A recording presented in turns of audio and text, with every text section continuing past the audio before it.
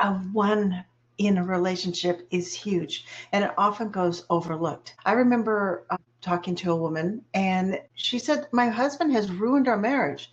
There's nothing I can do. It's over." And I paused for a moment, and I just said, "Well, if that one person can negatively impact a relationship, your marriage, can ruin your marriage, as you say, doesn't it also make sense that that one person, perhaps you, can also begin improving it as well?" And there was a shift. You see it. And it was wonderful because that changed the way she looked at her marriage. She was realizing she also had the power to influence her marriage in a positive way. Because while one person cannot control everything, one person can influence the way the emotional climate, the way the interactions happen in your relationship or marriage. And that's very strong. And so I want to talk to you a little bit about the relationships. Over time, they're shaped by emotional habits, repeats, things that we do or don't do does create that emotional vibe or climate in your marriage or relationship.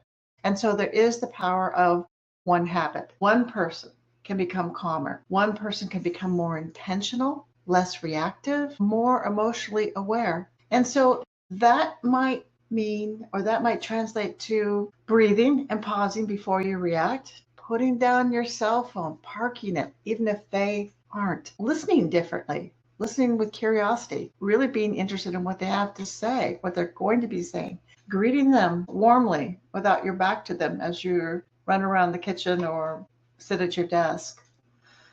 Reducing the criticism. Are you pointing out the things that are wrong, or are you trying to be curious and hear what they see what they might have done right in that situation, even if it's just a little bit? Softer startups. When you have a question, you want to talk to them, use that honey, that sweetheart. Remember those things in the early years? Softer startups are huge. It helps set the emotional climate in your relationship. And also, don't forget appreciation. It's those pleases, the thank yous. It's acknowledging that they've done something. Even if you feel like it's supposed to be part of their chore list or their to-do list or it's a no-brainer, show appreciation because they're showing up and they're doing it. And we all like to feel noticed, wanted, heard, appreciated. And that's a huge impact on the emotional climate in your marriage or your relationship. So today, think, what is the one habit, one thing that you're going to start showing up differently? And the second one area is, one repair, one, I'm sorry, let's try to redo, but that one repair can interrupt hours, days, years of disconnection, those chronic conflicts and arguments and fights or cold silences on rinse and repeat.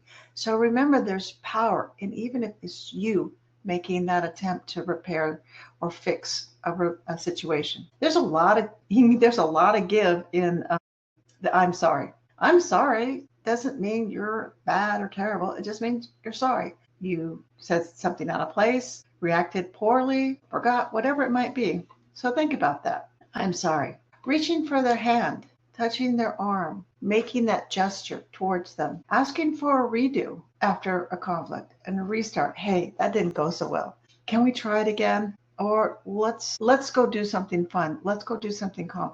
It's realizing that they aren't, or showing that you still want to be with them through the thick, through the thin, through the easy conversations, and even after a hurtful conflict. It's repair is owning what you're part of that situation, the misunderstanding, the fight. So take ownership. It shows a strong person in doing that. How's your tone? Maybe this is something that you could be checking in and listening for yourself. Are you yelling? Are you raising your voice?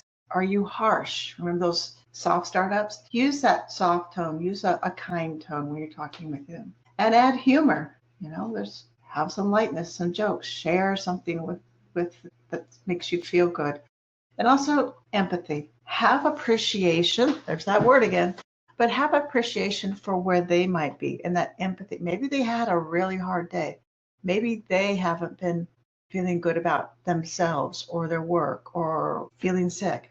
So have that kindness in your heart and that openness when you approach them. That's a huge part of repair.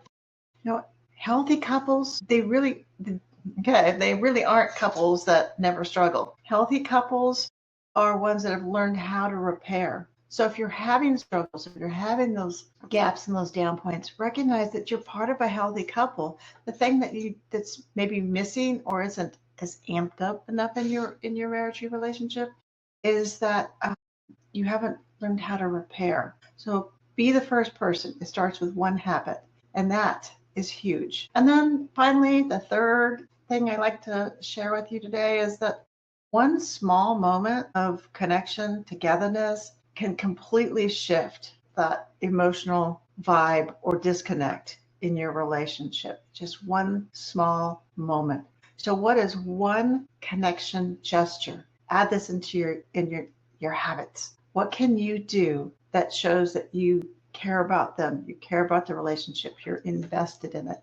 And it might be, yep, grab the old cell phone out there, a really sweet text, something that says, it really shows them that you care about them, you're thinking about them. Maybe even better, get your old post-it notes out, write a little note on them, stick it on the bathroom mirror, in their car, in their lunch, place it where they'll see it, they'll get it. A hug goes a long way. Eye contact. When they're talking, look at them. Put down the phone. Again, park the cell phones. But that connection gesture is huge. When you are actually not looking at your phone and putting it down and you're having a conversation with them, huge, important. Show kindness, a simple gesture, thinking of them, getting them their special treat at the market. Checking in. Checking in is not control. It's not, the creeper. Checking in is like, how are you doing? How did today go? How is it going right now? You had that big meeting. You have time to talk about it. Checking in saying, hey, I'm having a hard day too. Tonight, can we do X, Y, or Z? It's sharing how you're doing, but at first it's finding out how they're doing. And it might be bringing them coffee. No big deal. It's not so inserted. Bring them a coffee, bring them a tea, bring them a favorite dessert. It's finding time to sit together and being emotionally present, not distracted, not multitasking, having your computer while you have your cell phone and you're watching the television. It's really being emotionally present. And you know what? You can do that even, let's say you're busy and you have kids, and let's say it's bath time and things, and maybe before you divided and conquered. They washed the kid and you were packing lunches or cleaning up the kitchen. Maybe sometimes it makes sense to not divide and conquer, but to sit together and bathe the kids together. And then the two of you go back into the kitchen, clean the dishes, prep for the next day. It's being together, working together as a team, being able to be emotionally present and appreciate all that you guys have done and put together.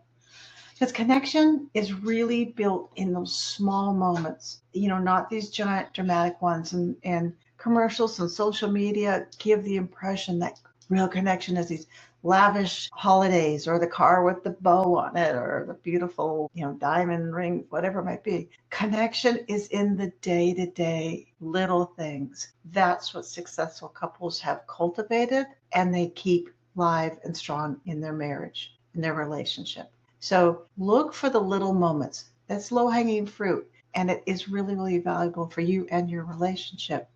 And so I guess I want to just say, guys, you may not be able to control your partner, your husband, your wife's choices, but there's something about it that you do have more influence in your relationship that you may realize, that you didn't even know you could tap into that. And that's the part that I really want you to be thinking about. Sometimes it's just a calmer response, that repair, like, I'm really sorry. I didn't want us to fight like this. Or I realize I let you down, whatever it might be. You know what needs to be said. I know you do. And that one moment of connection, again, something simple. Bringing them a cup of tea,